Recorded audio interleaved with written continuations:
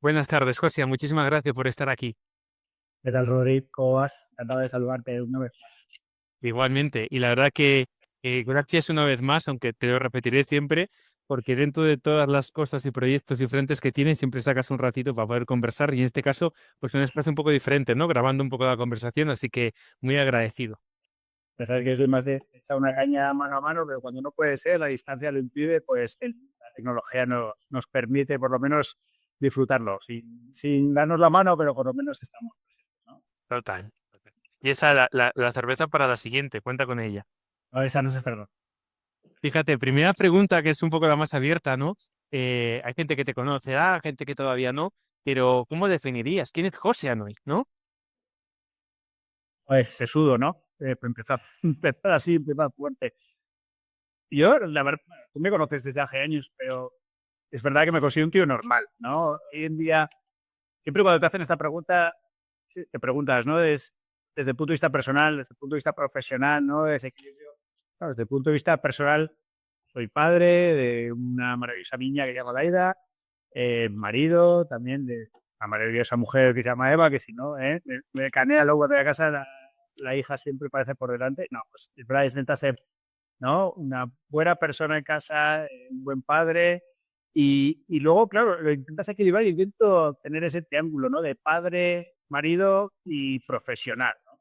¿Y qué pasa? Que siempre hablamos de lo profesional y es verdad. ¿No? Vamos, siempre cuando te preguntan, yo desde hace un tiempo intento evitar, ¿no? Ir solo a lo profesional, pero es verdad que tu vida, nos guste, ¿no? Pasamos unas cuantas horas al día y no lo hemos hablado en esto, ¿no? Y luego profesionalmente, pues soy una persona que ha tenido muchas etapas, luego probablemente profundizaremos, ¿no? Más en ellas, pero soy una persona que soy periodista frustrado, y lo digo en el sentido de que mi vocación, yo me veía allá siguiendo los partidos del Madrid por la Champions y pues no me dio para eso y acabé de rebote en una carrera que se llamaba Humanidades, que además era la primera promoción de España en aquella época. Entré ahí sin saber muy bien cómo, ¿eh? También te veo de verdad. La gente que tiene, a mí me envidia la gente que tiene vocación de quiero ser médico, quiero ser abogado, yo no la tenía. Mi vocación era ser periodista. Y me metí en humanidades y eso me redirigió, pero a veces la vocación la encuentras en el camino al mundo de los recursos humanos. Y ha sido así, ¿no? Mi vida ha ido por ese sentido. Hice la licenciatura en humanidades, un máster en recursos humanos y ahí me llevó un poco hacia este mundillo de la consultoría de recursos humanos. Como luego entramos en detalles, y te digo como tres grandes etapas, que las transformaremos luego. Primera etapa donde fue mi crecimiento profesional, estuve 15 años en Human, luego casi 10 en una empresa que se llama Unidia Consulting que yo emprendí, y ahora llevo ya dos y pico bajo un grupo más grande, que es el Grupo Castilla, que compró mi compañía y bueno, nos ha tocado implantar muchas cosas con ellos, luego entraremos. Ese ha sido un poco el resumen un poco de quiénes somos. Qué bueno, José. Fíjate que yo con el tiempo, ¿no? Esto lo hemos hablado varias veces, pero como también a veces el trabajo nos define, ¿no? Nos genera una identidad. Yo, por ejemplo, sabes que me encanta estudiar, me encanta trabajar. Diría que es un refugio muchas veces porque me voy dando cuenta que desde muy chiquitín, ¿no? Pero que la vida es mucho más compleja ahí fuera, ¿no? De forma que en el trabajo más o menos hay algunas certidumbres, ¿no? Y esto que comentabas, ¿no? ¿Qué soy o quién soy? Discúlpame porque es una pregunta muy abierta, pero me encanta también lo que nos has regalado, ¿no? Y entrando un poco en esas tres etapas, José. Fíjate qué interesante, ¿no? Había por ahí, ¿no? Un concepto de las transiciones vitales o profesionales, ¿no? De cómo a veces hay transiciones que vienen impuestas, otras que decidimos, pero cómo realmente nos marca como ser humanos las transiciones, ¿no? Nos hablabas ahora mismo de tres etapas que tú has vivido como profesional.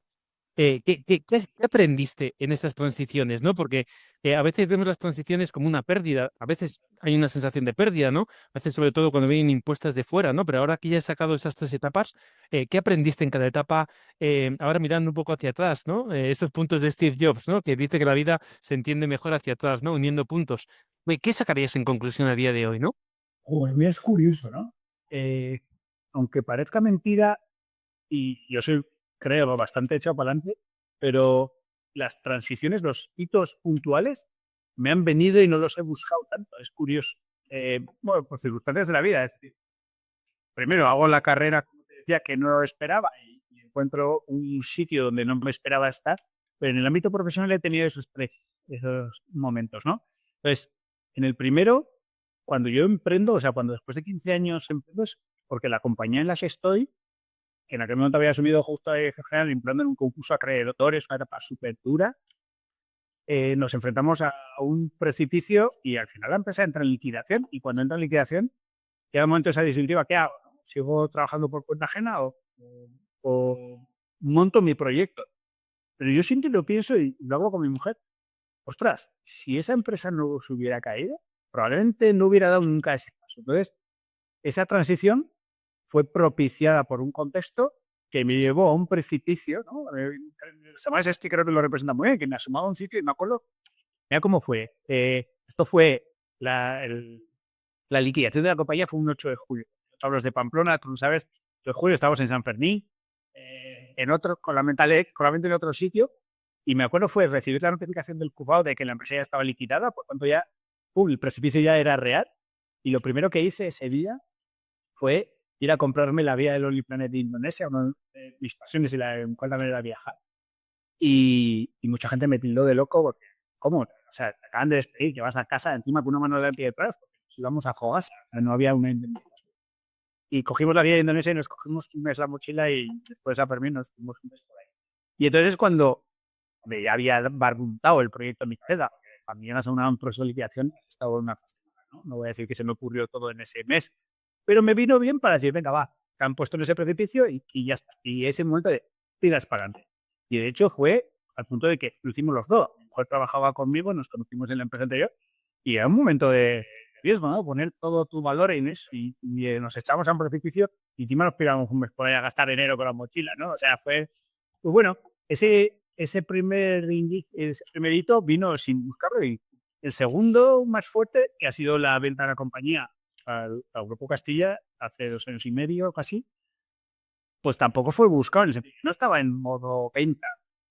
Yo estaba en un modo donde hacía lo que me gustaba, nos iba muy bien, un proyecto muy personalista, en el sentido de nicho muy pequeñito, no queríamos crecer, queríamos hacer las cosas bien. De repente hay alguien mucho más grande y con otro poderío que me interesa lo que haces, me gusta tu enfoque y quiero que nos ayudes a montar esto más amplio y queremos comprar tu compañía y que tú lideres ese proyecto.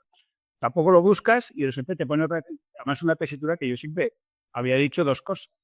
No quería volver a tener un proyecto muy grande a nivel nacional y no iba a volver a tener jefe y me les dije en las dos, porque volví a tener un proyecto nacional y un jefe, ¿no? Y bueno, la vida a veces te pone en esos caminos, pero cuando tomas la decisión con la visión de que, joder, probablemente te ha venido de sobregolpe una decisión, pero tienes la sartén por el mango en el sentido que la decisión la has tomado tú, ¿no? A veces forzada, pero eres tú el que has elegido. Yo en eso me creí de que es la forma de cómo nos tomamos. Bueno, soy muy amante del hombre en busca de sentido de Víctor Frank y me encanta esa capacidad de solo somos libres de elegir cómo vamos a afrontar las cosas, la actitud que vamos a tener. Y en esos 2 momentos había muchas cosas de mi contorno que no podía manejar, pero sí podía manejar qué iba a hacer eso, o cómo iba a afrontar 2 situaciones complicadas. Una por una situación precaria y otra todo lo contrario. Y en las 2 me sentí muy orgulloso de hacer esto. O sea, que yo creo que las transiciones, yo que vivo además de acompañar a mucha gente en procesos de selección, las transiciones son de los momentos más importantes de la vida y donde más conclusiones tenemos que sacar, sin ninguna duda.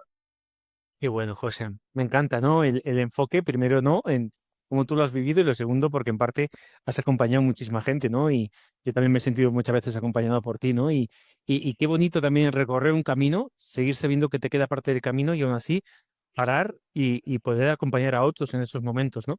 Fíjate, Víctor Frankl, hemos hablado de él también en alguna ocasión, esta mañana, 2 conversaciones que he tenido, uno con el propietario de Niracara, yo le decía, Gus, creo que voy llegando a una conclusión que de haber libertad, la única libertad humana reside en lo que nos decía Víctor Frankl, en ese espacio entre el estímulo y la respuesta, entre lo que te pasa y qué decides hacer con ello, que no es poco.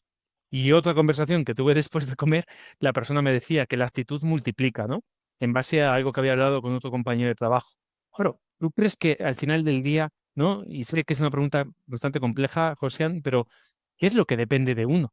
¿No? Porque vienen dadas circunstancias, ya simplemente nacer en un lugar, en una familia concreta, ya marca el inicio del partido. Luego se van desarrollando cocinas y llega un momento que puedes incluso empezar a tomar decisiones que marcan un antes y un después, ¿no?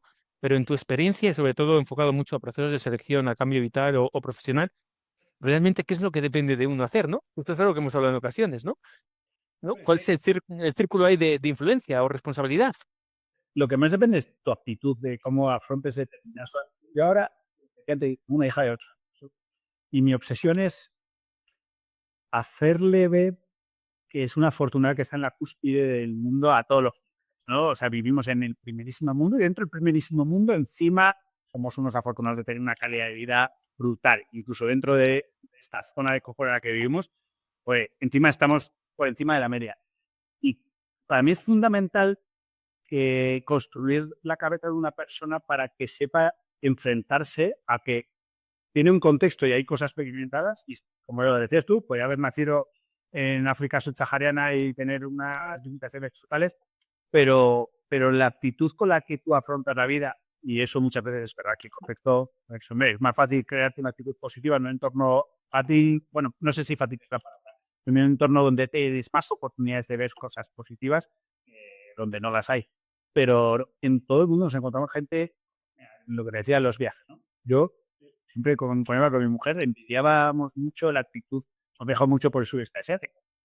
Y siempre envidiamos que con un plato de arroz y unas chancletas, ya está, sonrisa siempre, actitud.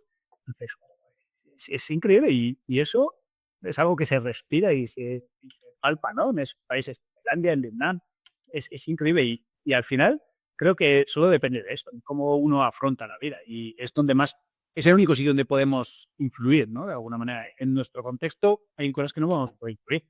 Asume las que vengan, dale cara de la mejor manera posible y hacerlo lo mejor. José, fíjate que muchas veces se dice que es más sencillo subir la escalera que bajarla, ¿no? Es decir, adaptarte a lo mejor, ¿no? Yo me acuerdo que una vez hablábamos, bueno, trabajé en Santander y pegué tuve la suerte de pegar el salto a Pamplona. Yo pasé de un lugar donde me llevaba el tupper a un lugar donde me daban de comer 4 días a la semana. Y 7 primeros, 7 segundos, 7 postres. Y me acuerdo de al llegar un compañero de allá de Pamplona me dijo, Rodri, tampoco te hagas muchas ilusiones con la comida, ¿no? Que siempre es un poco lo mismo. Claro, primer día, José, yo me planto ahí. Digo, 7 primeros, 7 segundos, 7 puestos. Digo, ¿qué me dice este, no? Uno que resultó acabar siendo un gran amigo, ¿no? Y claro, al final eso te ayuda a reflexionar sobre algo que hemos dado por hecho, que hemos normalizado, ¿no? Porque esto es otro tema, ¿no? Pero estos 7 años en neurociencia, en temas de salud mental, estrés, ansiedad, depresión, estamos viendo, están subiendo los índices un montón. De 2012 a 2022, por 1 por 4, 1 por 5, e insomnio por 1 por 9, casi. Claro, la pregunta que se antoja es, ¿qué nos está pasando, no? ¿Realmente hemos aprendido a vivir? ¿Hemos normalizado como normal cuando nunca fue normal? Y entiendo esa preocupación que tienes de que alguien normalice algo que después va a tener que sostener. Pero ya no solo depende de ti, sino del entorno, cómo se desarrolla esta sociedad, España en particular, y demás, ¿no? Y permíteme que esto lo enganche con otra pregunta, ¿no? Y esto tú también estás muy habituado. La palabra productividad o alto rendimiento hay en empresas, pymes, en lugares donde no quieren escuchar, porque han atribuido un concepto o una definición a estos conceptos a veces que no es completa, ¿no? En base a su experiencia. Entonces, uniéndolo un poco con lo que estábamos hablando, qué entiendes tú por productividad a día de hoy, José? ¿Qué entiendes por alto rendimiento, ¿no? Hemos hablado de normalizar, hemos hablado de carrera profesional, de la actitud, ¿no? Del sentido. ¿Qué más incluirías ahí? Pues mirarí, tú que eres futbolero también, que has vivido en ese entorno, claro, el alto de rendimiento en el fútbol, ¿no? Para hacer una metáfora, ¿son Cristiano y Messi el claro ejemplo del alto rendimiento? Bueno, evidentemente sí, ¿no? La RJ sí, o sea, son un ejemplo, pero no son el único, ¿no? Yo, como buen navarro, joder, siempre defiendo a los Pachi Puñales, ¿no? Que hay por el... Para mí Pachi Puñal es un clarísimo ejemplo de alto rendimiento. Un tío, voy a decirlo así, permíteme una expresión, no brillante, pero con una capacidad de compromiso, de trabajo, y él saca el mayor rendimiento no de él, sino del contexto y genera el rendimiento, porque hay veces que uno puede sacar un alto rendimiento consigo mismo y alrededor no lo genera. Y el fútbol es un ejemplo de eso, lo has vivido, ¿no? Entonces, yo creo más en los perfiles, voy a llamarle así, intermedios, que saben sacar lo mejor de sí mismo que en esos cracks, ¿no? Fuera de serie. Algunos son genios, sí son genios, pero depende de que tengan el día de hacer especial y bien trabajando, ¿no? De alguna manera. Y eso, joder, para mí eso es alto rendimiento porque hay gente que es tan pillante, sale de todos los percentiles, pero no es el alto rendimiento que yo quiero en mi entorno. Yo prefiero gente media, normal, pero con esa actitud que decías tú antes que multiplica. Es que eso para mí es alto rendimiento, conseguir lo mejor, no solo de ti, sino que lo generes alrededor. Y eso no es tan fácil para mí, ¿eh? Total. Fíjate, José, ahí incluyes el concepto individual y el concepto de equipo, ¿no? Muchas veces, esto volviendo al equipo de fútbol, metes a la persona que no toca en el vestuario y se va a tomar vientos el equipo, o viceversa, ¿no?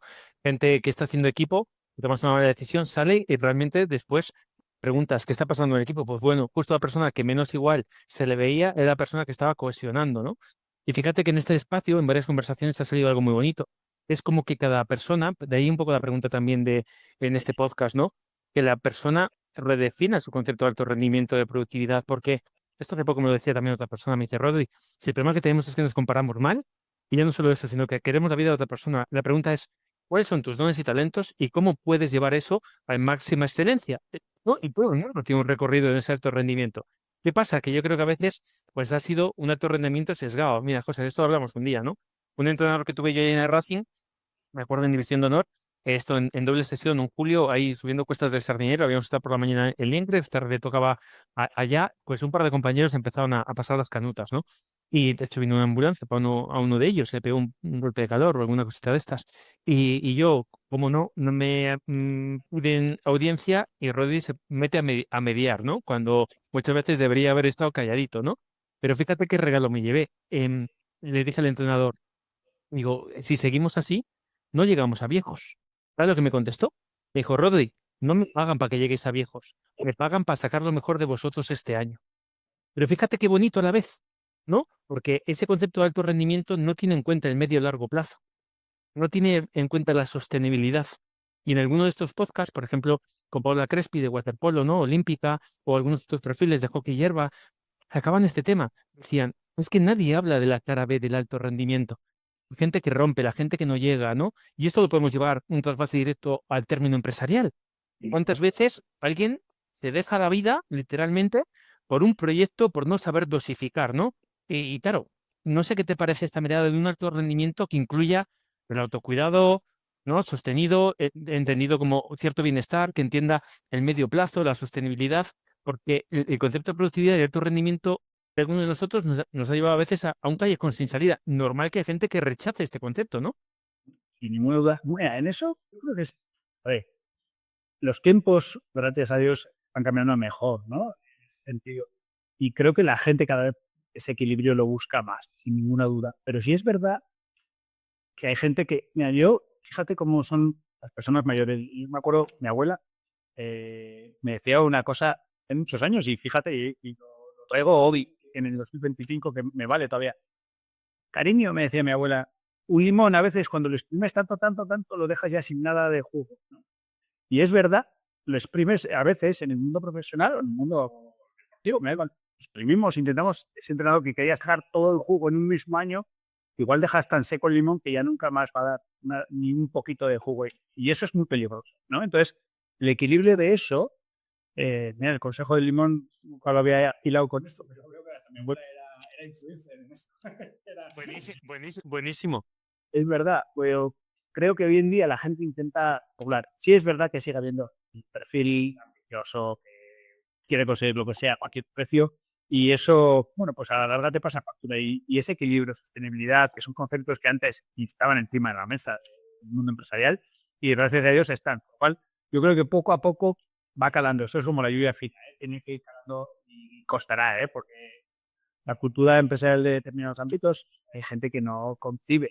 O sea, eso de que a tal hora cierra la gente a las 5 de la tarde, parecerá de locos, ¿no? Y bueno, yo creo que un botón a la vida se va a regular por sí solo, sin duda. Buenísimo, José. Fíjate que, bueno, antes de verano, en una mesa redonda, en una uni, a mí me tocó dar una pequeña ponencia y luego había una mesa redonda y entre ellos, esa mesa redonda estaba el director de recursos humanos de una Big Four de España.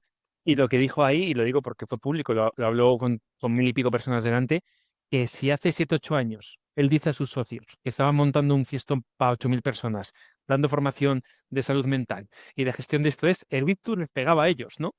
Y cómo están cambiando los tiempos, ¿no? Y fíjate que yo soy, joder, me conoces, una parte muy castellana de esfuerzo, sudor, lágrimas, me identifico con eso, creo que eso es muy, muy necesario.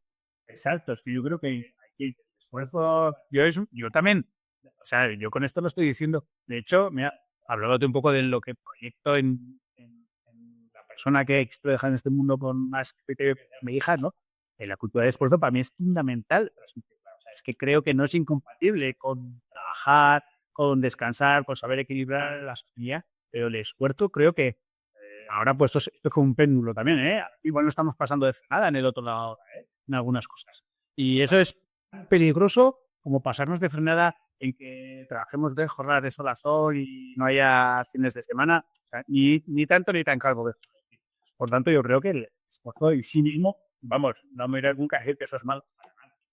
Fíjate que me venía a la cabeza, José, este chico que le han dado el premio Princesa de Asturias, Juan, ¿no? El de la Sociedad del Cansancio, que también hay mensajes ahí interesantes, pero también hay que cogerlos con cariño, yo creo, ¿no? Él hablaba de la autoexplotación, ¿no? Que creemos que nos estamos autodesarrollando, pero nos estamos autoexplotando. Y yo le digo, bendita autoexplotación, si eso me lleva a ser mejor a mí y a mi entorno, ¿no? Ahora la pregunta, que tengo que mirar por el retrovisor más a menudo de lo que yo hacía para ver si la rueda va pinchada, cómo va el equipo. Perfecto, compatible, pero no pensemos que vamos a competir en un mundo global trabajando 3 horas al día, ¿no? Total. Y esto, fíjate, con la IA, hace poco una persona me lo decía, me dice, Rodri, a veces se vende la IA como para aligerar de alguna forma carga. Está que tu competidor utiliza la IA en vez de sacar 5 informes, sacar 15. Ahí ya te va a poner la tesitura de sacar 15. O contratas más gente o utilizas más IA. Entonces, se autorregula el mercado también de alguna forma, ¿verdad? Ya sabes, les decía apenas la virtud está en término medio, y es verdad, o sea, eso demasiado. Hay que buscar el equilibrio en esto, ¿no? La IA ahora mismo está veniendo como un tsunami terrible y da cierto vértigo, no lo voy a negar, pero como dices tú, esa ola que viene, o te subes a ella o tienes un problema de competitividad. Entonces, el problema es si eso solo sirve para acabar, hablábamos tú y yo antes, ¿no? En comoditizar, no sé si me gusta mucho el término, ¿vale? Pero que, joder, cosas de cierto valor, al final, hechas de una manera como una máquina de churros, acaban perdiendo verdaderamente el valor añadido que tiene. Entonces, el equilibrio de eso es complicado. ¿Por qué va a estar dispuesto a pagar la gente? Y si está alguien dispuesto a hacerlo por menos, pues cuidado, porque estamos tirando para abajo todo y eso va a conseguir más productividad. Ahí es que no me atrevo a decir si eso es productividad o no es productividad, es complejo. Buah, qué interesante esto, José. Mira, fíjate, no diré el país y no diré el nombre de la consultora, pues salió una noticia la semana pasada o la anterior de un pedazo de informe que nadie había revisado, ¿no? Imagino que fue pasando cadena de mando, la gente está hasta arriba, no lo revisa, y citas erróneas, no contesto, y es una consultora que cobra su euro hora muy cara, ¿no? De repente eso llega al lugar que llega, alguien se preocupa por leerlo y se da cuenta que no tiene ni pies ni cabeza, ¿no? Es un poco, yo creo, también lo que me estaba regalando antes, ¿no? Todo con cierto sentido y donde toca. Y aquí te traigo una pregunta muy compleja porque todavía yo creo que esto lo vamos a descubrir con el tiempo, pero lo hablaba antes con una persona a mediodía, ¿no? En esta segunda conversación que te comentaba antes que tuve. ¿Qué es lo que no deberíamos, puestos a elegir, ¿no?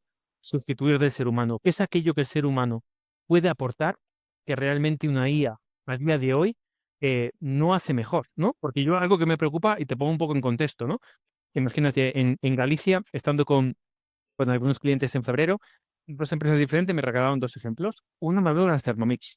Una parte de su familia había tenido un restaurante importante de quien dependía en su cuello de botella un pedazo chef de la Cordon Bleu. ¿Qué pasa? Como genio que era, dependía mucho de su régimen emocional para ver si salían los platos o no. Entonces llegó un momento que era insostenible. ¿Qué hicieron? Intentar montar un proceso con Thermomix, con igual tal vez un menú no tan top, un poquito menos, pero que daba más seguridad tanto al propietario como al consumidor. Oye, utilizamos de alguna manera la tecnología para dar un problema o intentar dar certidumbre al proceso. Y otra persona me hablaba del VIAT, ahí en Navarra también tenéis, ¿no? Pero de repente un puesto muy complejo, a turnos, frío, calor, oye, podemos sustituir, ¿no? Entonces, claro, en algunos puestos de trabajo yo creo que será un complemento o sustituirá. Ahora se habla de 600.000 de Amazon para temas de taller, ¿no? Porque muchas fábricas en China llevan prácticamente automatizadas. Pero oye, yo puestos a elegir, ¿dónde deberíamos preservar al ser humano, ¿no? Porque imagínate, se diera que la IA pudiera ser capaz, ¿no? De ser todo. ¿Dónde quedamos nosotros como seres humanos, no? Es uno de los grandes debates éticos que hay por ahí dando vueltas, ¿no? Y con toda tu experiencia, José, sabiendo que no es una foto fija, que no tenemos la bola de cristal, ¿dónde tú has contemplado que el ser humano aporta un valor diferencial donde una tecnología a día de hoy no puede sustituirlo? Mira, hay una cosa, el equipo con el que trabajo tiene terminantemente prohibido que yo en relación a una cosa que os comenté antes y tiene mucho que ver con esta última pregunta. Está prohibido que se haga cualquier información sin revisar por un humano, ¿no? O sea, tú puedes llegar a automatizar que te haga el informe y se envíe, o sea, a ese nivel, ¿no? Eso está prohibido, porque la validación humana creo que tenemos que seguir estándar. La verdad es que te ayuda a hacer el informe mucho antes y que en vez de 10 hagas 18 o 28. Ojalá, perfecto. Si te ayuda a mejorar y a dar más calidad, pero primero, supervisión humana en todo. Y luego, en el punto, y aquí tengo mis dudas, ¿eh? Como dices, como no tengo una bola de cristal y esto va tan rápido que no podemos adivinarlo, el punto de la creatividad, ¿no? Ahí tengo serias dudas, porque en la creatividad, ¿verdaderamente la IA es creativa o no? O sea, no tengo la respuesta a esa pregunta, ¿eh? No la tengo. Está claro que ofrece respuestas innovadoras, sin ninguna duda. La cosa es si eso es una creación de verdad o no. Entramos en términos muy filosóficos, ¿no? Y no me atrevo a dar la respuesta, pero sí que me atrevo a decir que hay formas de pensamiento del ser humano que son, creo, y ojalá sea así, porque si no, sí que ya me preocupo, insustituibles. Porque hay cosas que realmente ninguna IA va a ser capaz de ver de otra.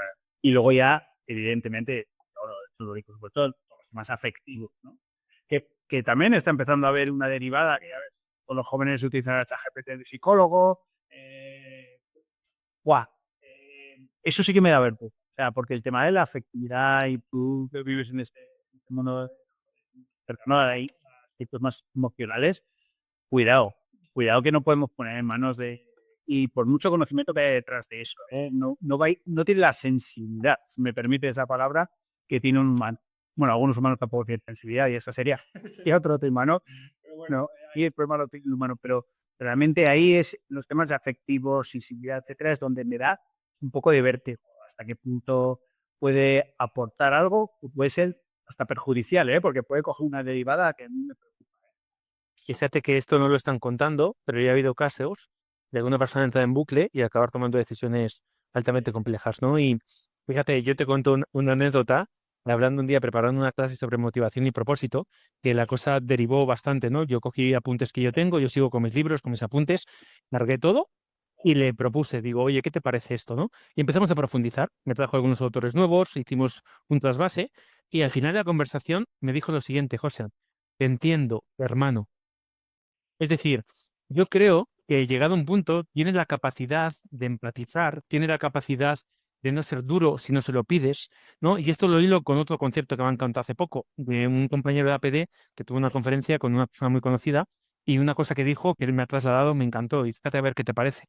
Dijo, dentro de los miedos que tengo, uno son las personas más jóvenes. ¿Por qué?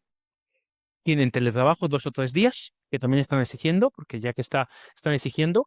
Por otro lado, tienen la IA, pero por otro lado, no han tenido la suerte de madurar profesionalmente en un entorno presencial, coger sentido crítico suficiente, no de la carrera, que pueden ser muy buenos, sino del día a día, de la calle, y poder retar a la IA y comprender qué es cierto y qué no. Qué suerte creo que tenemos nosotros, que yo cuando consulto, que hace relativamente poco que he empezado a consultar, porque ya un par de consultoras me han dicho, Roy, es el único que no lo utiliza, deja de hacer el bobo, y empecé a investigar hace unos meses sobre ello. Pero sobre todo yo lo que intento hacer es, una vez dada cierta información, decirle, ponte en el rol de no sé quién, ponte tal, sé crítico conmigo. Y si algo no encaja, que es lo que más me asusta, se lo digo. Y ahí siempre contesta algo parecido. Ah, sí, muchas gracias, no me había dado cuenta. Entonces, el uso de esta herramienta sin sentimiento crítico o sensación crítica, esto, bajo mi punto de vista, se hace en el terreno y con tiempo y experiencia, puede ser un arma de doble filo. Ya no te digo solo en lo emocional, que eso es brutal, sino en el día a día profesional. Puedes meter la pata sin ser consciente que estás metiendo la pata, José, ¿no? No, bueno, es que más, ¿sabes qué pasa? Falta, yo creo, hay ahora un problema para mí, las nuevas generaciones van a tener un problema de que les den la oportunidad de entrar en una empresa y tener un mentor. Tú, yo, todos hemos tenido alguien referente, el que hemos aprendido.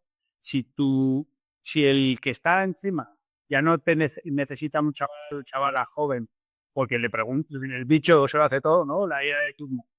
Prescinde de esa persona no encuentra el circuito, no empieza a aprender y no cultiva ese pensamiento crítico que creo que es fundamental. Yo, es una de las competencias que más valoro hoy en día en las nuevas generaciones. Espíritu crítico de poner en tela de juicio. Que no todo lo que devuelve un informe de IA o de lo que sea, de Google, me da igual, es verdad absoluta. Vivimos una sociedad tergiversada, absolutamente polarizada en los extremos, y creo que es muy complejo el desarrollar ese pensamiento constructivo crítico hoy en día. Es muy complejo, realmente, porque todo el algoritmo responde a lo que tú quieres escuchar y que te enfoca todo a lo tuyo. Entonces, todavía te refuerza más y son todo verdades absolutas. Y si vas cogiendo un camino, el camino se va yendo más. Buah, ya, me da igual, no, a un lado ni el otro. Pero mucho peligro de que no leas diferentes tipos de información, diferentes tipos de ideologías. Yo creo que eso es muy peligroso y me preocupa hacia dónde va a hacer toma un poco estas medidas. Fíjate, esto, José, que destacas es, creo que muy importante, ¿no? Kahneman, cuando analizaba los sesgos, premio Nobel, hablaba uno del sesgo de confirmación. El tema, dicen de la IA a día de hoy, la versión que estamos manejando, varios temas, pero dos en particular. Uno, no está preparado para contradecirte si no se lo pides. Dos, mm, tiene la capacidad, al parecer a día de hoy, no de generar nueva información, sino acceso a mucha información y base de datos. Y aquí entramos en el dilema que tuvimos siempre en ingeniería. Discúlpame la expresión, mi profesor de estructuras, que también es navarro, de hecho, aunque vive en Santander, ya está jubilado, nos decía, Rodri, ¿no? Por poner mi nombre. Cuidado con la caja negra, porque metes mierda y sale mierda. Él decía esto en clase, ¿no? Muy ilustrativo. Y al final, esa caja negra hoy es muy potente al acceso de todo el mundo, hasta el punto que si no somos conscientes de lo que entra y somos críticos de hacer número gordo de lo que sale, que esto pasa mucho en ingeniería.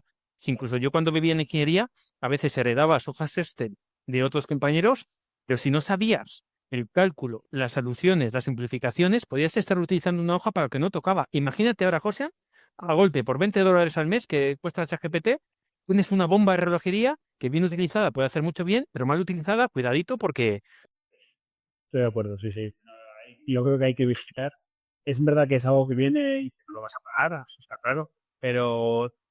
Y yo utilizo muy bien ella, ¿eh? O sea, yo me pero siempre desde el espíritu, creo que eso es una de las cosas que tenemos que trabajar muchísimo en las nuevas generaciones.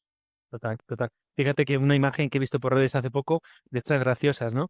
Le preguntaba a un chico, saca una foto de una seta y le decía, oye, sí, sí, comestible, ¿no? Y después la siguiente escena aparece el chico metido en una lápida y le dice a ella, ay, me equivoqué, prueba, ¿no? Es decir, ¿no? Llevado muy al extremo, pero por favor, seamos críticos y sobre todo también algo muy interesante es, ¿no? Y esto con toda mi parte crítica de lo que me toca en este pastel, ¿qué mundo estamos dejando?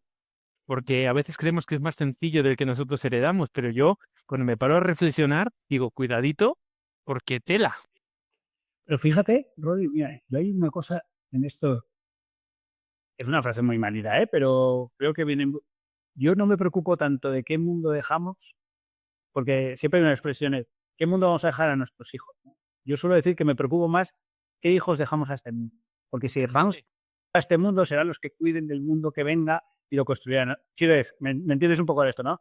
Cuidemos el mundo, por supuesto, que vaya por delante, pero me preocupo más de qué generaciones dejamos bien preparadas, porque esos van a ser los que cuiden ese mundo futuro. Entonces, no nos preocupemos tanto de qué mundo dejamos a nuestros hijos, sino qué hijos dejamos a este mundo, porque esos van a ser la clave. Para mí, cambia un poco el prisma, ¿eh? Y me encanta, José, porque fíjate que para mí pasa de locus de control externo, algo que no depende de nosotros tanto, a donde realmente depende, ¿no? Yo. Sí, donde yo puedo hacer cosas.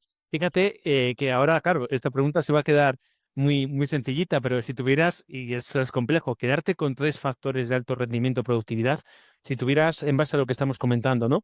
¿Qué tres factores más importantes crees? ¿No? Hemos hablado de muchos conceptos y ahora si tuvieras que destilar un poquito eso, así a bote pronto, ¿qué tres cosas crees que son importantes cultivar, ¿no? Nos has hecho ya varios regalos, ¿eh? Y bueno, o sea, en general han salido muchas cosas, pero fíjate, mira, hay una que creo que, bueno, ha salido de manera velada, pero creo que es importante y es el autoconocimiento. Es decir, si tú te conoces a ti mismo, tus limitaciones, sabes dónde puedes llegar, cuáles son tus capacidades, y ese espíritu va muy con el espíritu crítico precisamente que está hablando, ¿no? El autoconocimiento nos ayuda a saber dónde te puedes mover, en qué terreno de juego y de qué manera. ¿no? Y al final, eso es algo que poca gente se mira hacia adentro. Tenemos poco espíritu autocrítico de autoconocimiento y creo que es fundamental. Ese sería para mí uno de los primeros pilares. Luego ha salido también, y has visto un poco el equilibrio ese entre lo emocional, ¿no?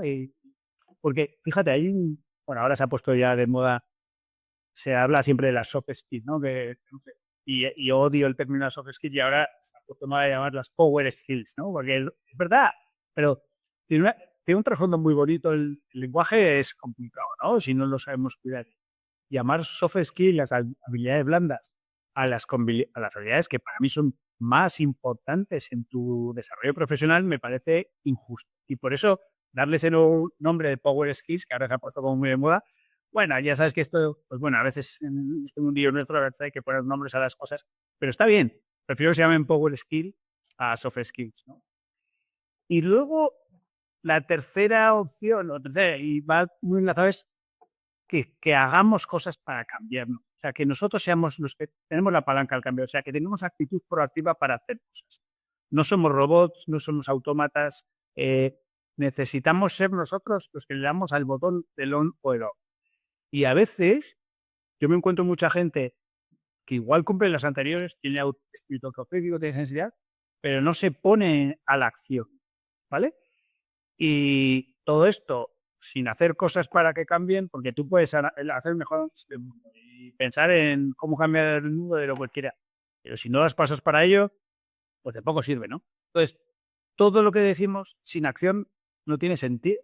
Y yo soy de los convencidos que da un pasito. No sé si van a ser hoy 2, 3 o 4, pero da el primero y sirve, y siguiente, cada día, ¿no?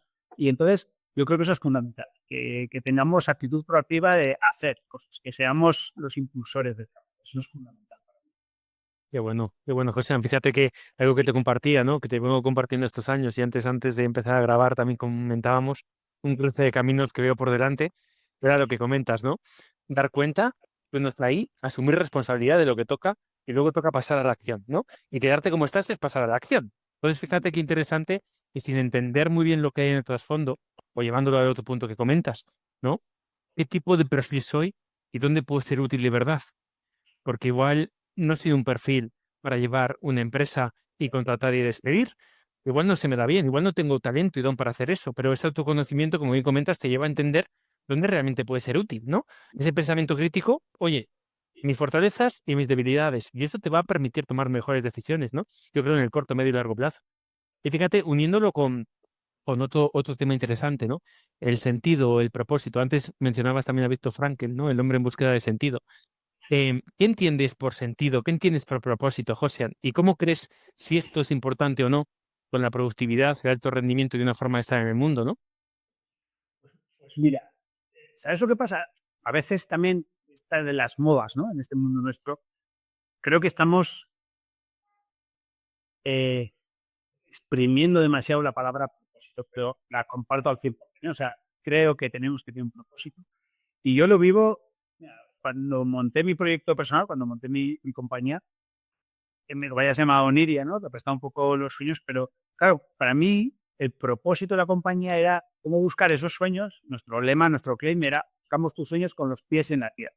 Buscar un poco esa dualidad. Porque es verdad que nosotros que nos dedicábamos, entre otras cosas, a buscar los mejores profesionales para nuestros clientes y ayudamos a gente a cumplir sus sueños de hacer un cambio profesional, creo que hay que ser ambicioso y tienes que tener sueños, pero por otro lado, tienes que tener los pies en la tierra porque tienes que conocerte a ti mismo, desear tus limitaciones, lo hablábamos antes. Entonces, creo que es importante que todos nos hagamos la pregunta de ese propósito, sin utilizar la palabra, a veces que, insisto, la manipulamos demasiado, pero realmente es fundamental que pensemos qué estamos haciendo y en qué estamos contribuyendo. Como no, si queremos, si hemos emprendido como nuestra empresa, igual coges una obra más amplia, pero ya nosotros como personas también, y para qué estoy aquí, qué quiero hacer. Y yo creo que es fundamental, o sea, para mí, tener una idea clara, si no tienes un propósito, no tienes hacia dónde tirar, y eso es fundamental. Y tienes que tener propósitos probablemente en todos los planos de tu vida, en el plano personal, en el plano profesional, en los dos ámbitos, y evidentemente poniendo más peso en lo personal, sin ninguna duda. Pero creo que en los dos tienes que balancear y hacerte esa pregunta continuamente. ¿Estoy contribuyendo a lo que quiero ser de mayor? y eso es fundamental. Y totalmente de acuerdo también por el mal uso a veces de ciertas palabras, ¿no? El emprendimiento parece que si no tienes un propósito claro no mereces emprender, ¿no? Por ejemplo, pero fíjate que para mí el propósito es algo muy profundo, ¿no? Que es el sentido. ¿No? El sentido, volviendo a Viktor Frankl, él decía también, ¿no? Que había gente que no moría porque no podía morir, ¿no? Porque había alguien fuera que cuidar, un hijo, ¿no? Una abuela que ver. Llega un momento que el ser humano es una máquina que cuando tiene un para qué, él decía, encuentra un cómo, ¿no? Esto después lo ha heredado Simon Sinek y muchas otras personas. Pero fíjate claro, lo uno esto con productividad y alto rendimiento. ¿Qué me sucede a mí? Ese esfuerzo, sudor y lágrimas, si lo pongo como vehículo como digamos, em, como una herramienta a un sentido o algo que tenga sentido para mí, funciona. ¿Qué problema tengo? Meter esfuerzo, sudor y lágrimas, algo que ya no tiene sentido para mí, llega un momento que deja de funcionar, ¿no? Y el sentido a veces me gusta resumirlo como es lo que te ayuda a salir de la cama en los días más complejos. Puede ser una hija, un hijo, tu familia, un proyecto, ¿no? Una ayuda que estés haciendo en un hospital, escribir un libro, tu huerta, ¿no? Pero fíjate que yo creo que el mensaje que nos mandaban estas personas es, ten paciencia, igual hay múltiples propósitos y sentidos, pero ¿para qué estás aquí? Porque el para qué estás aquí lo que hace es te une a la vida, te hace, ¿no? De alguna forma salir de momentos o lugares complejos, ¿no, José? Entonces, yo lo que sí veo que ese exceso de esfuerzo o búsqueda de productividad en algo que no tiene sentido para la persona no acaba por buen camino o para la empresa. Esa incoherencia, ¿no? Sí, sí, totalmente de acuerdo. Mm.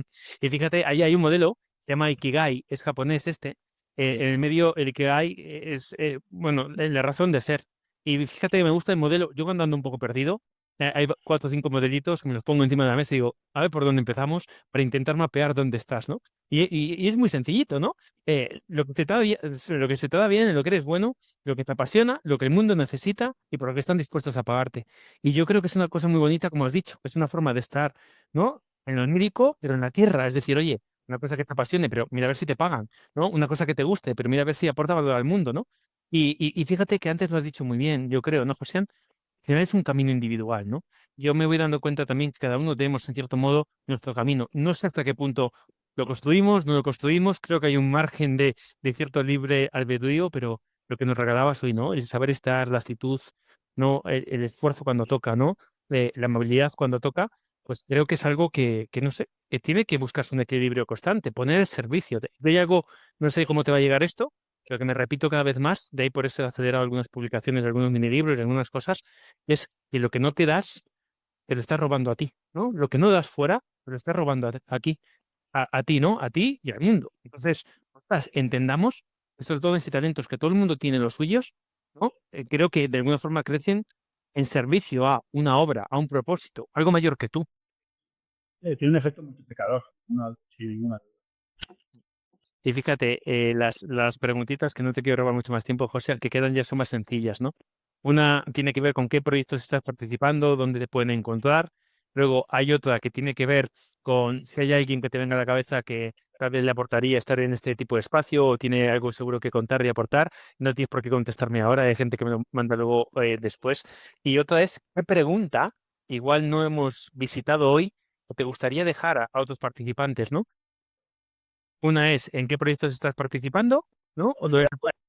La primera, ¿dónde estoy hoy? ¿No? ¿Cuál es un poco mi situación? Me está tocando precisamente lo que te decía, ¿no? No iba a volver a tener jefe, pero lo estoy haciendo y estoy en un proyecto, la verdad que emocionado y contentísimo de ser el prisma que me está tocando volver a construir algo en una dimensión que no era en la que yo había pintado inicialmente. Es decir, yo tenía mi empresita pequeña, subiéndome casi a Navarra y provincias limítrofes, 8 personas, todo muy controlado. Y de repente, cuando hemos comprado el grupo, ahora tenemos 50 personas desperdigadas por toda España con la idea de construir un área nueva de talent service dentro de un grupo, de una empresa tecnológica. Fíjate, el grupo que hace es una empresa que viene del origen tecnológico y ahora estamos viendo los humanistas a prestar servicio complementario a esos clientes que son comunes. Porque el cliente que venía era bueno, donde implantas, ahora no viene antes. Y ahora estamos los humanistas ofreciendo un servicio de valor añadido. Entonces, estoy en esa fase preciosa de integrar muchas pequeñas compañías, porque el grupo está creciendo de manera inorgánica, está comprando empresas Y claro, cada empresa viene un padre y una madre diferente. En una está José de Quimo, en otra está Manolo y en otra está José Javier, ¿no? Y cada una de ellas, pum, pum, pum, pues con su idiosincrasia, ¿no? Y eso es complejo, porque cada uno tenemos nuestras caudadas, que decía un jefe que tuve yo, pero eso hay que darle homogeneidad para que sea un grupo y tengamos todos una misma forma de trabajar. Entonces, estoy en esa fase, ¿no? De construir, integrar todo y que eso sea una única marca de alguna manera. Entonces, es complejo, está costando, porque, insisto, son empresas diferenciadas y en diferentes líneas de negocio, pero la verdad estoy encantado de ese enfoque y hacia dónde estamos. Vamos dando pasos que hace un años eran impensables.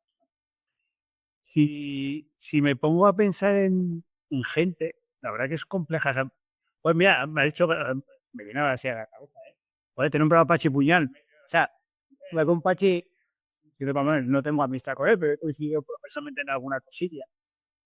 Y es un tío también de estos normales, ¿vale? Luego digo yo, joder, sano, llano, buena gente, trabajador, remangado, currela, medio centro, que incluía juego, ¿no? Que puede tener similitudes del mundo del fútbol con el mundo profesional, ¿no? Podría ser un enlace. Bueno, justo por lo que con ella que lo comparo con Messi y con Ronaldo, ¿no? Pues un pachipuñal, pues podría, ojalá, ¿no? Sería.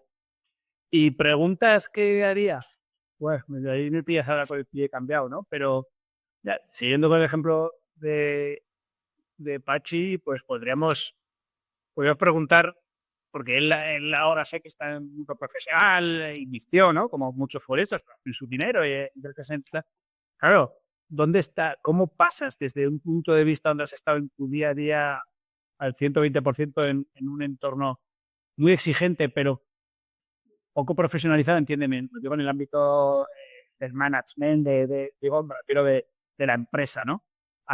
A desenvolverte en el día a día del mismo empresarial, ¿no? Yo creo que hay cosas muy similares, pero se mueven en códigos muy diferentes. Y creo que es interesante. El camino de un sitio hacia el otro y del otro hacia uno.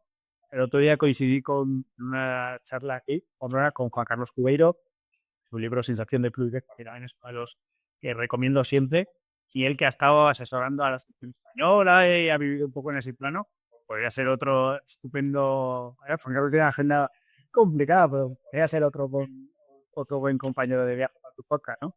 Y hablaba un poco de eso, ¿no? De las similitudes en el mundo del fútbol y el profesional de la empresa, y hay muchos puentes tendidos, muchas cosas que creo que son interesantes, pero luego hay muchas diferencias. Y hay que saber que llevarse de un sitio al otro y del otro al uno. Y igual podría ser bonito aprender, ¿no? De gente que ha estado en los dos lados, qué cosas son replicables del ámbito deportivo del primer nivel al mundo profesional, empresarial, mejor dicho, más. Total. Fíjate, José, qué interesante, porque en retomar este podcast que inicié hace muchos años, ahora en este verano, vino el hijo de Mitchell, ha venido también otro compañero mío, portero que juega en el Benfica y Panathinaikos, Olympiacos en otros lugares. Ha venido un par de compis más, ha venido una psicóloga deportiva. Tengo una obsesión desde chiquitín con la parte de academia de alto rendimiento, de unir esos puentes, pero fíjate qué interesante lo que estás comentando, ¿no? Mucha gente haciendo mucho. Ha venido otro chico también que juega en el Valencia, que ahora ha montado una consultora con otra gente para hacer este trasvase, pero me encanta lo que dices, ¿no? Estudiarlo en profundidad para entender qué toca pasar y qué no.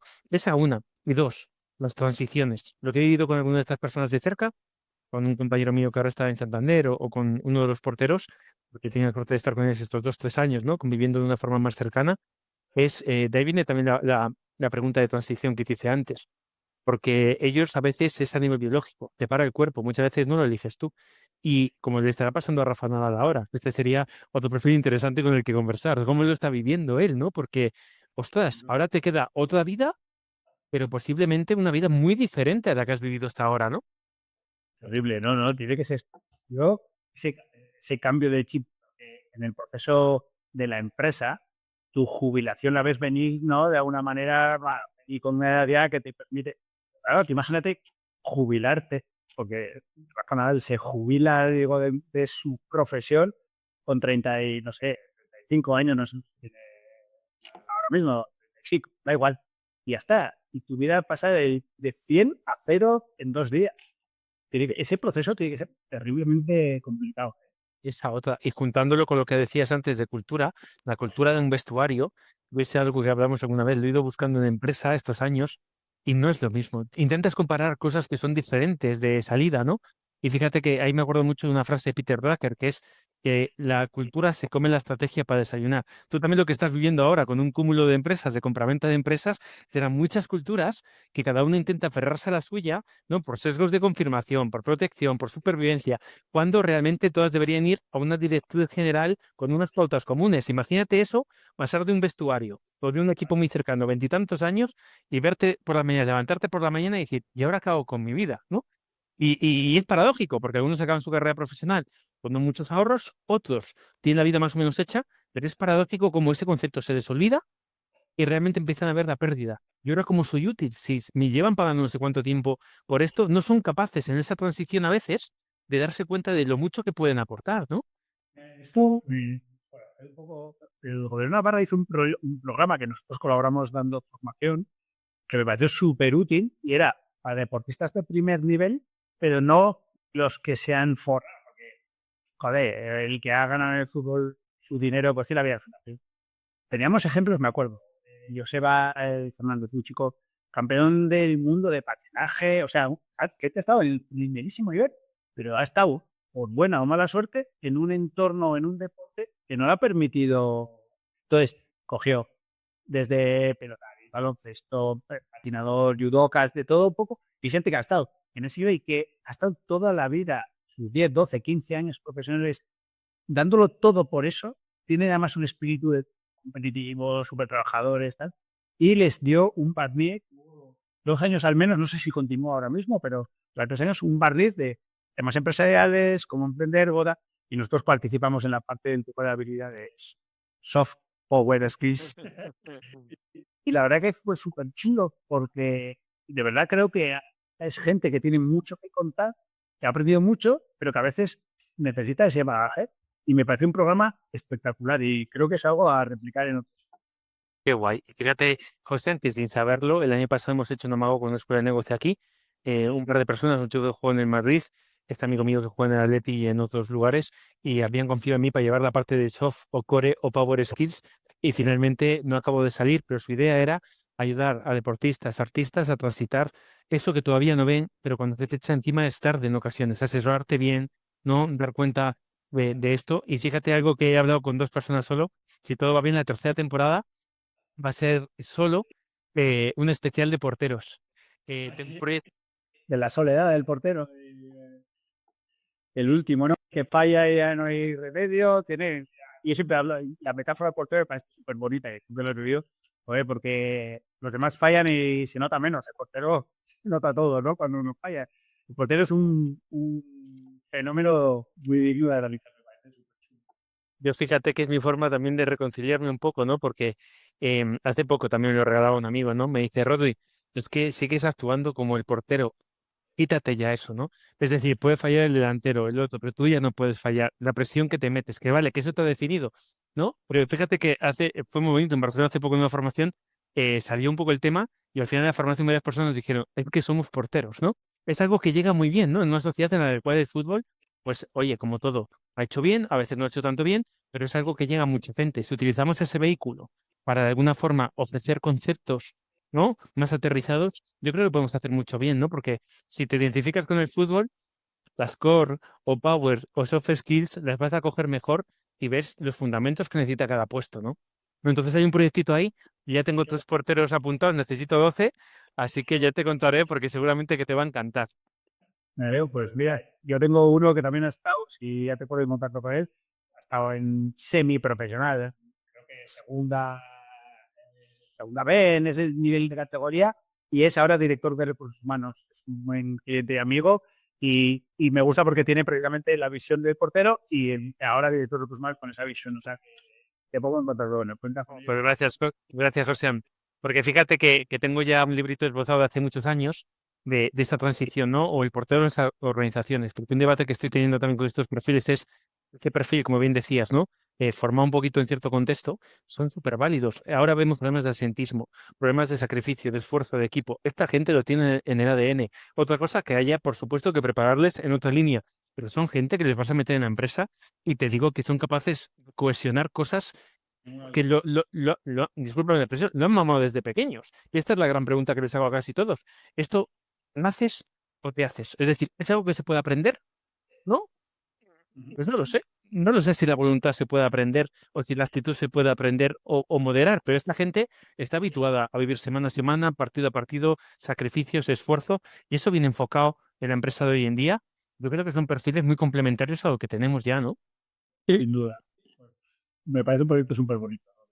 Pues nada, José. Oye, pues que sepas que es la verbalización oficial de esto y es un proyecto que me quiero regalar el año que viene, porque llevo tiempo para sacarlo y he dicho, oye, ya es el momento, lo que tú decías antes, hay que tomar más acción y veamos el mercado cómo lo afronta. Pero por el camino, yo creo que también el éxito es la sensación de haberlo hecho, ya no sé el resultado, sino saber, tienes eso, ponlo en el mundo, independientemente te lo pasarás bien, aprenderás por el camino y seguramente a alguien le sea útil.